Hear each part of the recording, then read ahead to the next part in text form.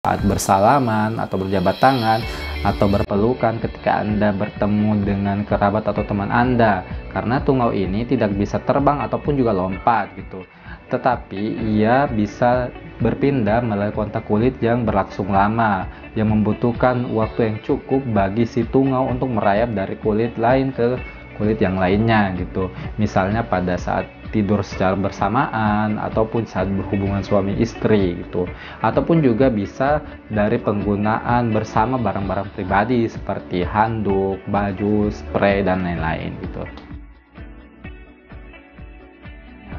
Nah sahabat, sejak tungau itu hinggap di tubuh manusia, dia tidak langsung memberikan gejala, tetapi biasanya ada jeda waktu antara dia hinggap hingga timbul gejala. Biasanya berkisar antara 4 hingga 8 pekan, bahkan ada yang bisa sampai 10 pekan. Nah sahabat, adapun gejala klinis yang khas dari skabies ini adalah pruritus nokturnal, yaitu rasa gatal yang berlebih terutama pada malam hari atau pada saat berkeringat. Kedua, muncul lesi berupa tonjolan berbentuk terowongan, ukurannya kurang lebih 1 cm pada permukaan kulit. Biasanya pada ujung terowongan itu ada bintik kehitaman atau kemerahan gitu. Dan kalau misalnya dia terjadi infeksi sekunder, entah itu karena digaruk ataupun yang lainnya, bisa timbul juga tonjolan atau vesikel yang berisi nanah dan kemerahan di sekitar lesinya gitu. Yang ketiga, lokasi yang muncul gatal dan juga lesinya itu biasanya pada kulit yang memiliki lapisan stratum corneum yang lebih tipis, misalnya sela-sela jari, pergelangan tangan ataupun kaki, pada area ketiak, pada daerah pusat dan sekitarnya, pada puting susu ataupun lipatan di bawah payudara bagi wanita, atau juga di kantong buah sakar pada laki-laki. Secara empiris sih biasa paling sering kita temukan pada sela-sela jari ataupun juga daerah sekitar pusat atau perut gitu. Nah sahabat, diagnosis dari penyakit skabies ini secara klinis sudah bisa ditegakkan dengan gejala-gejala seperti pruritus nokturnal atau gatal berlebih pada malam hari dan juga timbulnya lesi terowongan yang khas pada skabies. Juga bisa kita ketahui dari riwayat-riwayatnya, misalnya ada teman sekamar atau serumahnya juga yang menderita keluhan yang sama gitu. Namun untuk mengkonfirmasi diagnosisnya itu perlu dilakukan pemeriksaan untuk menemukan tungaunya secara langsung. Ya, secara kasat mata tidak akan nampak dengan melihat langsung, tapi butuh bantuan alat seperti lup atau kaca pembesar ataupun juga dengan bantuan mikroskop. Nah, sahabat, pengobatan skabies ini cukup sederhana ya. Ada dua tujuan pengobatannya, yaitu pertama mengurangi gatalnya, kedua adalah membunuh tungaunya. Nah, untuk yang pertama, gatalnya ini adalah hal yang membuat pasien paling tidak nyaman ya, dan juga bisa menimbulkan infeksi sekunder bila gatal itu digaruk gitu. Makanya gatalnya bisa diredakan dengan meminum obat-obat golongan antihistamin seperti loratadin ataupun juga cetirizine 1 kali sehari pada malam hari gitu. Dan untuk membunuh tungaunya bisa digunakan krim atau lotion yang mengandung bahan permetrin 5%. Ini menurut penelitian yang paling efektif untuk membunuh tungau Sarcoptes KBI ini. Biasanya menunjukkan perubahan atau perbaikan pada 24 jam setelah dioleskan krim atau lotion yang mengandung permetrin ini. Nah, sahabat, ini penting untuk diperhatikan karena tidak sedikit juga pasien yang datang dengan keluhan yang sama kembali ke dokter. Bukan karena obatnya tidak efektif, tetapi karena pemakaiannya yang kurang tepat. Cara menggunakan permetrin adalah yang pertama, sebaiknya Anda gunakan krim ini pada malam hari sebelum Anda akan tidur malam.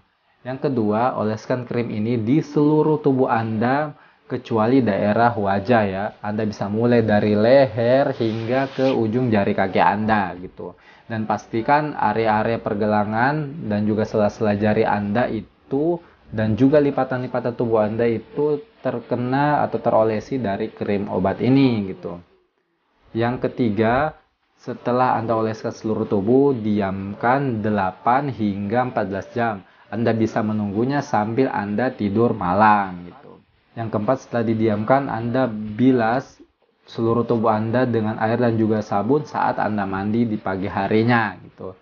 Biasanya memang pada hari pertama setelah pengolesan itu masih terasa gatal-gatal dan itu bukan bertanda obatnya tidak efektif, tapi prosesnya memang seperti itu. Biasanya setelah 24 jam itu Anda sudah bisa beraktivitas dengan normal kembali gitu. Ingat ya, penggunaan obat ini Anda bisa ulangi pada setiap 7 hari ya. Artinya ketika hari ini Anda mengoleskan dan belum ada perubahan, Anda baru bisa mengoleskannya lagi 1 pekan atau 7 hari kemudian. Nah, sebelumnya kita telah bahas ya bahwa orang ketika terkena penyakit skabies ini baru muncul gejalanya sekitar 4 hingga 8 pekan kemudian. Tetapi pada masa itu ketika dia menunggu hingga munculnya gejala, orang tersebut ternyata sudah bisa untuk menyebarkan skabies dari dirinya ke orang lain gitu. Oleh karena itu, karena skabies ini bisa menyebar dari kontak kulit dengan kulit ataupun secara tidak langsung, maka penting juga bagi seluruh anggota keluarga yang tinggal serumah atau tinggal sekamar ya, bagi Anda yang mungkin tinggal di asrama, itu untuk diberikan juga krim permetrin 5% ini gitu. Karena kan kita tidak tahu ya dari mana tungau ini berasal dan oleh sama siapa ia hinggap gitu. Sehingga penggunaan krim pembasmi tungau pada seluruh anggota keluarga itu sangat dianjurkan supaya kita semua sekeluarga ataupun serumah sekamar itu terbebas dari penyakit skabies ini gitu. Nah, selain itu, tongau ini ternyata bisa bertahan 2 hingga 3 hari di luar kulit manusia dan bisa hinggap di pakaian atau benda-benda yang melekat dengan kulit Anda. Oleh karena itu, sebaiknya semua yang Anda kenakan 3 hari sebelumnya, baju, selimut, handuk, spray bila perlu, itu baiknya dicuci kalau perlu dengan air panas dan kemudian dijemur di terik matahari langsung agar tungaunya ini dan juga telur-telurnya itu bisa mati di pakaian ataupun juga barang-barang pribadi Anda gitu. Dan bagi barang-barang yang tidak bisa dicuci, Anda bisa menyimpannya pada plastik yang tersegel atau kedap udara selama 1 pekan.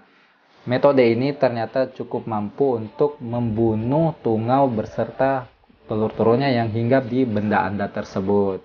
Sahabat, sekianlah video edukasi dari saya. Like jika Anda suka video ini dan sebarkan bila Anda merasa video ini itu bermanfaat bagi Anda dan orang lain. Jangan juga lupa subscribe channel Mantasmi dan juga hidupkan lonceng notifikasinya agar Anda selalu dapat update-update terkait info kesehatan dari channel Mantasmi. Sekian dari saya, wabillahi taufik wal hidayah. Wassalamualaikum warahmatullahi wabarakatuh.